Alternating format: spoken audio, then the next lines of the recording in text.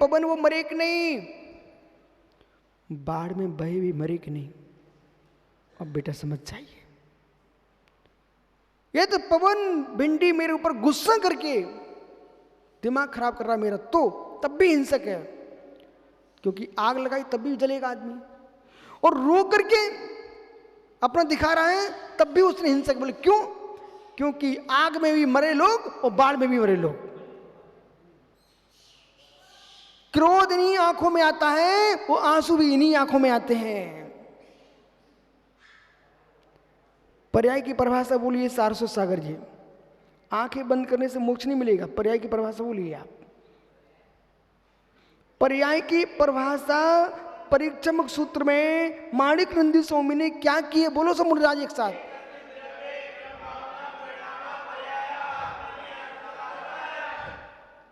बहुत बढ़िया। समाज की रोटी व्यर्थ मत करना, आगम पढ़ो, आगम सीखो, आगम बोलो। एक शाकाहार सुरेश चंद जी हैं जबलपुर में सुरेश चंद जी शाकाहार, वे जब भी आते हैं सभा में एक ही बात बोलते हैं, महाराज आगम पढ़ो, आगम सीखो, आगम बोलो, यही भाषा बोलते हो ज्ञानी। आइए, एकस्मिन् द्रव्ये क्रम भावनो परिणामः पर्याय। एक ही द्रव्य में क्रम से होने वाली परिणति का नाम पर्याय है। आत्मनि हर्ष विषादवत्, आत्मा में हर्ष और विषाद, इसी चेहरे पर विषाद आता है, इसी चेहरे पर हर्ष आता है, बराबर कोई अलग से चेहरा नहीं आता है। इसी प्रकार से अग्नि में भी जीव मरते हैं तो पानी में भी जीव मरते हैं। योग्य सागर जी, चाहे तो मेरे ऊपर आंखें दिखाना क्रोध की, तब भी मेरे भावों की हत्या कर दोगे, और चाहे मेरे मित्र रो के दिखाना तब भी विशुद्धि हत्या कर दोगे। यदि अहिंसक हो तो न बेटा रो के दिखाना, न गुस्सा करके दिखाना, साम्य भाव में जीना, इसका नाम दिगंबर मुनि की अहिंसा है। ये विषय यहां पर आइए। और जैसे तुमने कुछ किया पापाश्रव, कौन टाल सकता है? शब्द भी कहो तो सोच के कहो, समझ के कहो कि मेरे बोलने से हम मुस्कुरा रहे हैं। ओहो, छोटे में एक खेल देखा पन्ने, एक बच्चे ने क्या किया, इनको मालूम है आत्मा सागर जी को, टिड्डा कन खजूरा, वो हरा हरा, उसको बेचारे को उल्टा कर दिया, और उल्टा करके वो जब पैर फड़फड़ाने लग गया तो उसके ऊपर नरेंद्र भाई ने रुई रख दी, और रुई रखी ना तो बेचारा और पैर फड़फड़ाने लग गया। भाई साहब क्या बोल रहे हैं? देखो देखो रुई धुन रहा है, देखो देखो रुई धुन रहा है। तुम्हें मजाक दिख रही है, हंसी कर रहे, बोले रुई धुन रहा है, उसके प्राण जा रहे, तुम्हें रुई धुनता दिख रहा हो, बराबर भैया।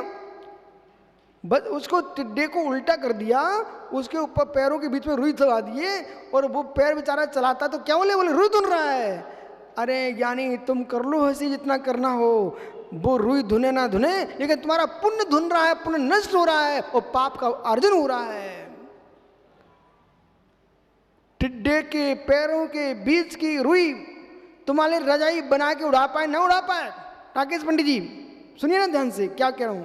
पहले टिड्डे के पैरों की बीच की रुई आपको रजाई बना के हार्दिक उड़ा पाए ना उड़ा पाए, लेकिन कर्म की रजाई बना करके जरूर उड़ा रही है। बराबर है सागर क्या? तुम कहां गए? मैं ये कह रहा हूं टिड्डे को उल्टा किया, उस पर रुई रख दिए, अब मुस्कुरा रहे नरेंद्र भैया, बोले देखो रुई धुन रहा है। अरे उसको कष्ट हो रहा है, पीड़ा हो रही है, तो जिसने ऐसा किया उसको पापास्त्र होगा। रुई की रजाई ओढ़ पाऊं नहीं ओढ़ पाऊं, लेकिन पापों की रजाई तो ओढ़ना ही पड़ेगी, इसलिए भावों की विशुद्धि बनाइए, ये कह रहा हूं।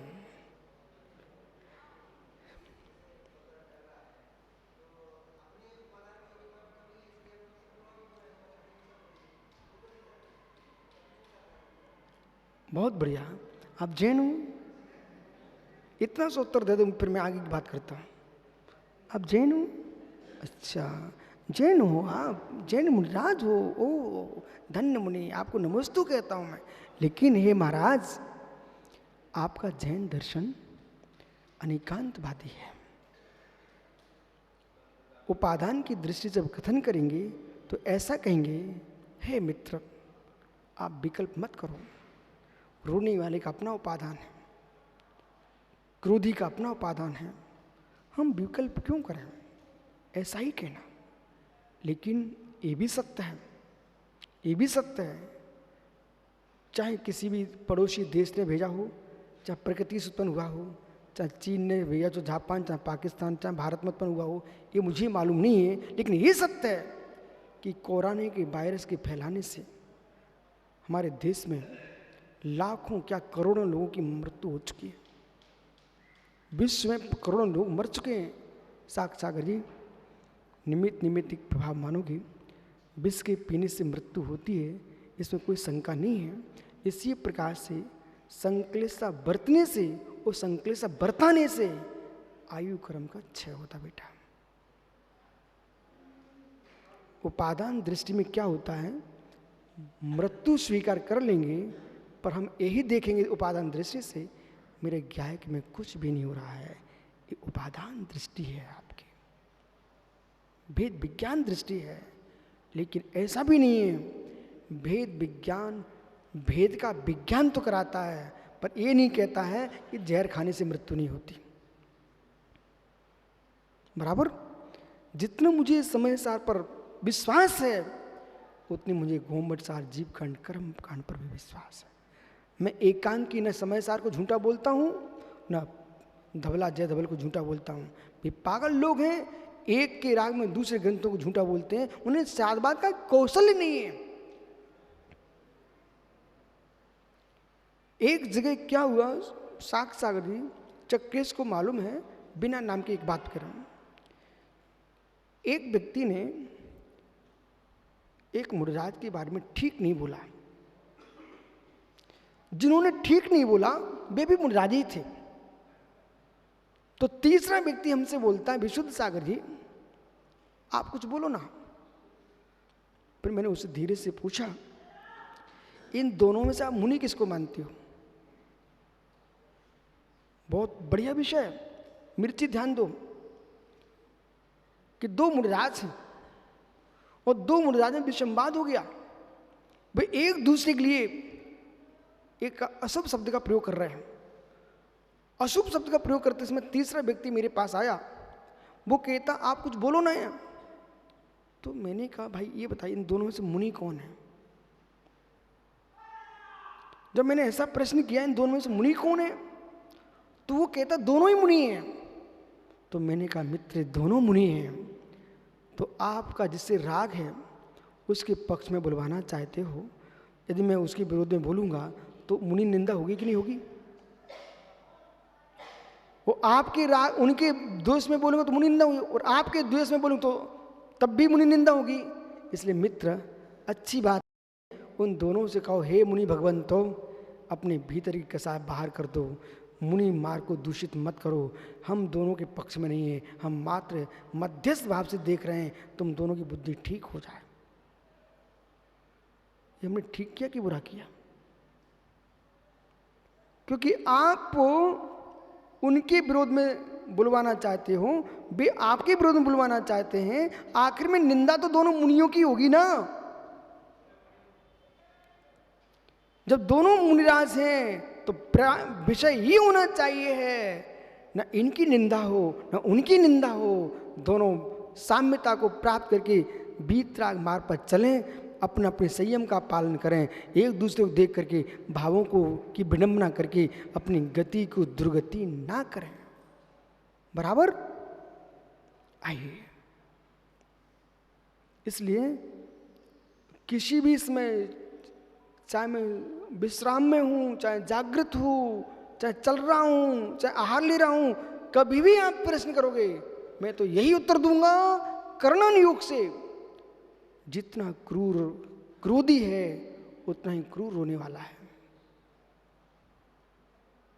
क्योंकि ऑस्ट्रेलिया के जंगलों में आग लगी तो जीव मर गए, और बाढ़ आई तब भी जीव मर गए। अब ये विषय कहाँ लेके जाना समझ सागर? कर्म सिद्धांत के पास लेके जाना और कसाय पर लेके जाना। लगता ही है आपको कि वो हंस रहा है, हम तो रोन क्रोधी जैसा हंसने वाले को ही मानते हैं। चारित्र मुनि का आश्रय तो दोनों ही कराएंगे ना, चारित्र मुनि का आश्रय तो दोनों ही कराएंगे, बराबर ही कि नहीं? चाहे मित्र निर्गंत मुनि की निंदा करो, चाहे गुरुओं की प्रशंसा करो, दर्शन मुनि का आश्रय तो दोनों से ही होगा। भूल में मत पड़ जाना पवन भाई, बेतुल भिंडी पवन से और कह देना, भूल में मत पड़ जाना। क्या चाहे तुम निर्गंत गुरुओं की निंदा करो, चाहे तुम कुगुरुओं की प्रशंसा करो, लेकिन दोनों से ही किस कर्म का आश्रय होगा? दर्शन मुनि का आश्रय होगा। इस बात को मालूम मुनिराज बन के नहीं सोचना, ये तो घर में जब 8 वर्ष के थे ना तभी सोच लेना चाहिए था।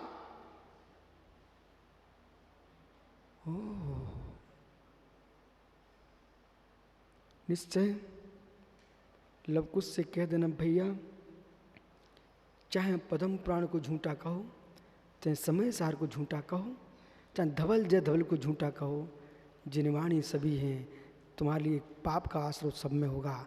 इसलिए मित्र बीतराग वाणी को असत्य ना कह करके अपने परिणामों को पवित्र करो। पाटनीपुत्र से कह देना, कुंद कुंद को झूठा मत बोलो।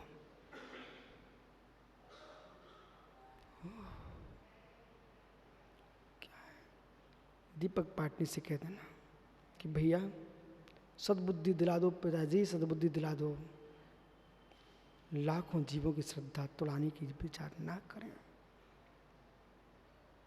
एक गाता लिख के दिखा दे तब जाने, सिद्धांतों को बता के बनाए तब जाने। मित्र अरबों खरबों की मेहनत लगती है, पैसा तब एक बिल्डिंग खड़ी होती है, बिल्डिंग चलाने के लिए तो क्या लगता है, दिन भर में एक तुम पूरे भवन गिरा दोगे। ऐसी ग्रंथों को लिखने के लिए निर्गंतता की प्राप्ति कितनी कठिन होती है। तुमको तो कुंद कुंद झूठे कहने में तुम्हारा क्या खर्च होता है। चक्रेश बेटा, जीवन में कुछ भी हो जाए, लेकिन केवली श्रुत संघ धर्म देव इनका अवर्णवाद करने से दर्शन मुनि का आश्रय होता है। लवकुश खड़े हो जाओ। आहार दंसृणीणे तस्युम को ठाए साधीर नाहू हवद्यु नाहू।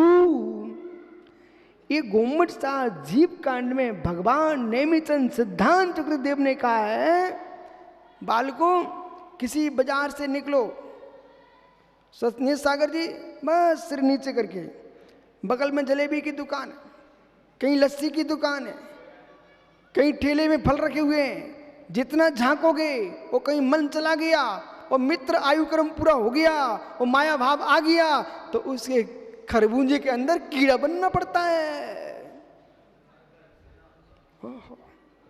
आइए इधर देखो साम्य सागर, मत देखो किसी के चेहरे को बेटा, कहीं राग आ गया वो आयु कर्म का बंद हो गया तो उसी के पसीने में को कीड़ा बनना पड़ जाए।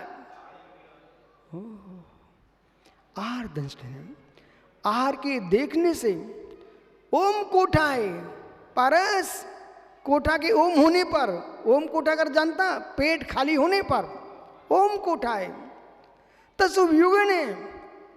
कैसे बना है, कैसे बना है? ये बंदर कौवे जैसे नहीं मुंडी हिलाना अपन को, सीधे निकल जाना है नीचे जमीन को देख करके, कुछ नहीं। आहार कर चुके हैं, अब आहार का प्रत्याख्यान है। दृष्टांत देना संज्ञा नहीं है, और दृष्टांत सुन के तुम्हारी इच्छा हो रही है तो तुम अभी अपने आप को संभाल नहीं पाए, पंजीरी खा रहे हो। ओहो, यानी तत्सुयोग ने भोजन पर उपयोग जाने से और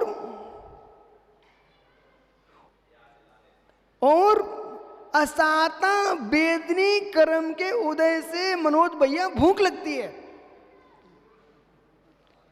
असाता वेदनी कर्म के उदय से भूख लगती है। जिन लोगों को भूख नहीं लगती, कम लगती है, कम खाते हैं, उनका तीव्र साता का उदय चल रहा है। और कुछ ऐसे अभागे होते हैं, दवाई खाते बोले बोले भूख नहीं लग रही। अरे भूख नहीं रही तो क्यों परेशान है? पुण्य का उदय तेरा नहीं लगने दो।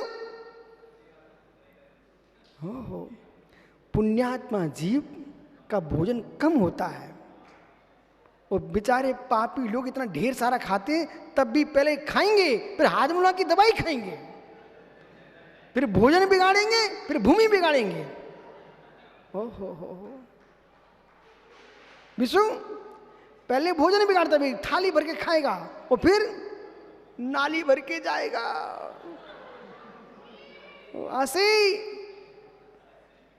देख बेटा, आहार दंशने ने, आहार के देखने से, उपयोग जाने से, पेट खाली होने से, वो असाता वेदनी कर्म के उदीर्ण से व्यक्ति को भूख लगती है। ये आहार संज्ञा। आए भीम दंशने ने बोलिएगा था,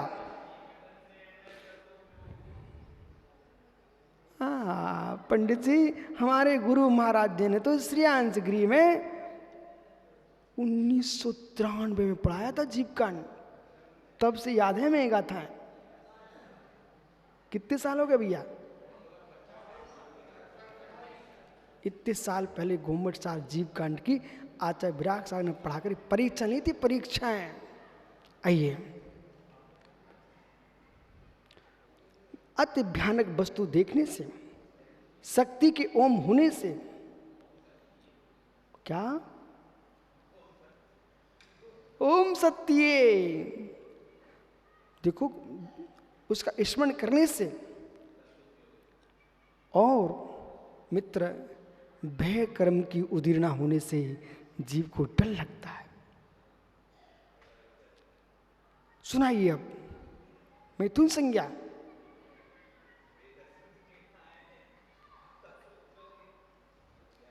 ओहो, और कौन पंडित जी? पंडित जी समत सागर जी, ज्ञानी संजय सागर जी, सारस्वत जी।